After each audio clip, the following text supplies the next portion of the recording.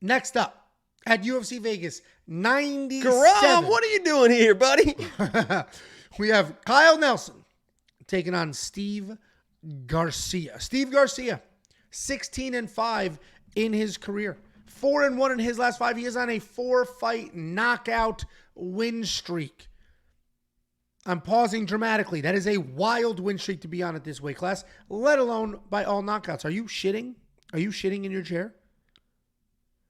Dude, the way you, like, that was a weird, it looked odd. My bad.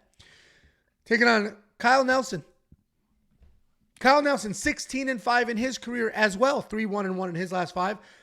He's put it together in a nice little 3-fight win streak of his own. Kyle Nelson, we'll start on that side. Solid striker, very real power in his hands. He's been in the UFC since 2018, but he just got his 3rd win now, bringing his overall record to 3-4-1. Good takedown defense. Does a really good job using your shots, your takedown attempts against you. Stuff the head, spin, sprawl, create a scramble, end up on top. He developed some power. He's looked better than ever in his last couple of fights. He's coming off that upset knockout win over Bill Algeo where he pressured forward, came out swinging, and was cracking hard. Taking on Stevie G.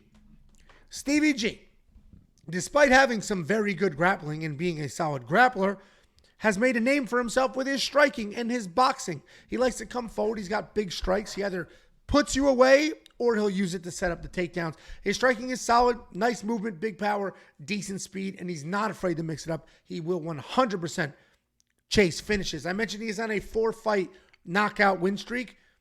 If he wins this fight by any means, let alone by knockout, but if he wins this fight by any means, he has the longest active win streak of anybody in the top 5 of this division. It's insane. He's quietly going out there, putting people away. Finally now this week, I'm starting to see the hype. I'm starting to see, lots of people picking him, people betting on him. Everybody's all over Steve Garcia. I do think Steve Garcia wins. I will caution you here. Let's put it this way. He's not in the safety parlay. And you know what?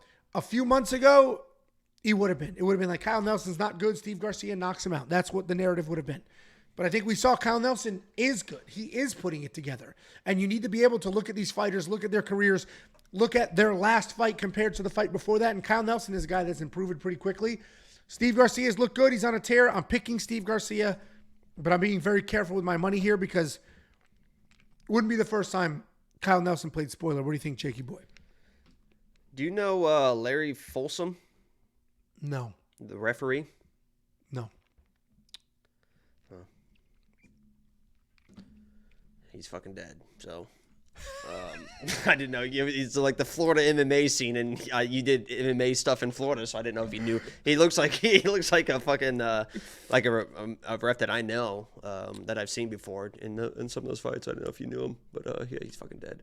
Yeah, I'm going Steve Garcia here because I can't. It's just one of those situations where, like, until he proves me otherwise, I'm just going to keep fucking picking Steve Garcia to weather whatever storm, because I think in his last 2 fights, he lost the first round and still ended up winning the fight. And the reason he's losing or dropping rounds is because people are kind of just holding him and wrestling him.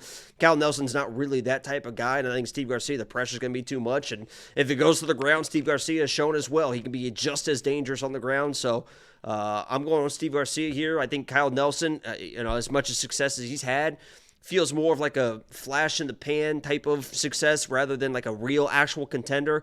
But if he comes in and beats a guy like Steve Garcia, who people are really having troubles with, I mean, he could be a guy. So this is a big fight for both these guys, I believe. One is going to prove that they are that dude. The other one probably is just going to be one of those 16-5 type of fighters in the division. So I think Steve Garcia pulls it out. Yeah, I mean, we're on the same side, but you agree that this? I haven't bet him. A 5-5. Yeah, okay, thank you. I was trying to figure out the best way to word that. I think I would have it minus 140, minus 150, probably most is where I put Steve Garcia. Should be the favorite, but he puts himself in some situations. He charges forward. Yeah, he charges forward, chasing those knockouts. And we've seen this before. Like, some of these guys hit these streaks, they start to feel themselves. He's a good grappler, and he may not even attempt to grapple here. He's on a 4-fight knockout streak, fell in love with his hands, and that might be the way it goes. But I do think Steve wins. We're both picking Steve here, but I would caution you.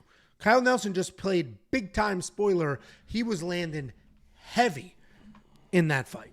And he could do the same here. But both of us on the Steve Garcia side, $8,600 in DraftKings Fantasy. If you think he wins and you think he wins by finish to extend his streak to 5, well, that's a no-brainer, $8,600. I do think I have a bet on Steve.